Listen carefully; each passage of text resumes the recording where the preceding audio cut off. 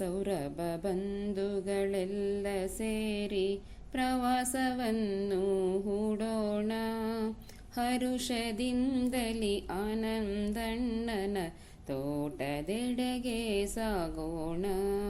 ತೋಟದೆಡೆಗೆ ಸಾಗೋಣ. ಮೈಸೂರಿನಿಂದ ಹೊರಟು ನಾವು ಯಾತ್ರೆಯನ್ನು ಮಾಡೋಣ. ನಡುವೆ ಸಿಗುವ ಪ್ರೇಕ್ಷಣೀಯ ಸ್ಥಳಗಳೆಲ್ಲವ ನೋಡೋಣ. ಪ್ರವಾಸದಲ್ಲಿ ದಾರಿ ತೋರುವ ನಮ್ಮ ಅಣ್ಣ ದಿನಮಣಿ, ಜೊತೆಗೆ ಸಾಹಿತ್ಯ ಸೌರಭ ಬೀರುವ ನಮ್ಮ ತಮ್ಮ ಸುಬ್ರಮಣಿ. ಸೌರಭ ಬಂಧುಗಳೆಲ್ಲ ಸೇರಿ ಪ್ರವಾಸವನ್ನು ಹೂಡೋಣ. ಹರುಷದಿಂದಲಿ ಆನಂದಣ್ಣನ ತೋಟದೆಡೆಗೆ ಸಾಗೋಣ. ಪ್ರವಾಸದುದ್ದಕ್ಕೂ ಲಕ್ಷ್ಮೀ ಲಲಿತರ ಗಾನ ಸುದೆಯನು ಸವಿಯೋಣ.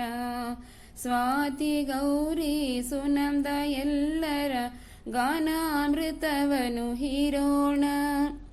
ಕವನ ದಿಗ್ಗಜ ಮನೋಸುತರು ಪುಷ್ಪರಾಣಿ ಪ್ರೇಮರು, ಪ್ರಣತಿ ಪ್ರಜ್ಞಾ ಕಂಠ ಸಿರಿಯನು ಹರುಷದಿಂದಲಿ ಕೇಳೋಣ. ಸೌರಭ ಬಂಧುಗಳೆಲ್ಲ ಸೇರಿ ಪ್ರವಾಸವನ್ನು ಹೂಡೋಣ. ಹರುಷದಿಂದಲಿ ಆನಂದಣ್ಣನ ತೋಟದೆಡೆಗೆ ಸಾಗೋಣ. ನನ್ನ ಗುರುಗಳು ವಸಂತ ದಿನಮಣಿ ಮಾಷ ಅಣ್ಣರು ಅಹುದು. ನಾಗಣ್ಣ ಸತ್ಯಣ್ಣ ರಾಮಣ್ಣ ದತ್ತಣ್ಣ ಎಲ್ಲ ಬಂಧುಗಳಾಹುದು. ಸ್ವರ ಮೀರ ಸೇರಿಕೊಂಡು ಕವನಧಾರ ಹೆಣೆವರು. ಅವರ ಕವನಕ್ಕೆ ರಾಗ ಮಾಲಿಕೆ ಸೌರಭ ಬಂಧುಗಳೆಲ್ಲರೂ. ಸೌರಭ ಬಂಧುಗಳೆಲ್ಲ ಸೇರಿ ಪ್ರವಾಸವನ್ನು ಹೂಡೋಣ. ಹರುಷದಿಂದಲಿ ಆನಂದಣ್ಣನ ತೋಟದೆಡೆಗೆ ಸಾಗೋಣ.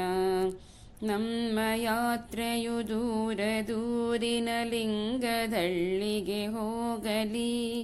ಹರುಷದಿಂದಲಿ ಆನಂದಣ್ಣನ ತೋಟದೆಡೆಗೆ ಸಾಗಲಿ.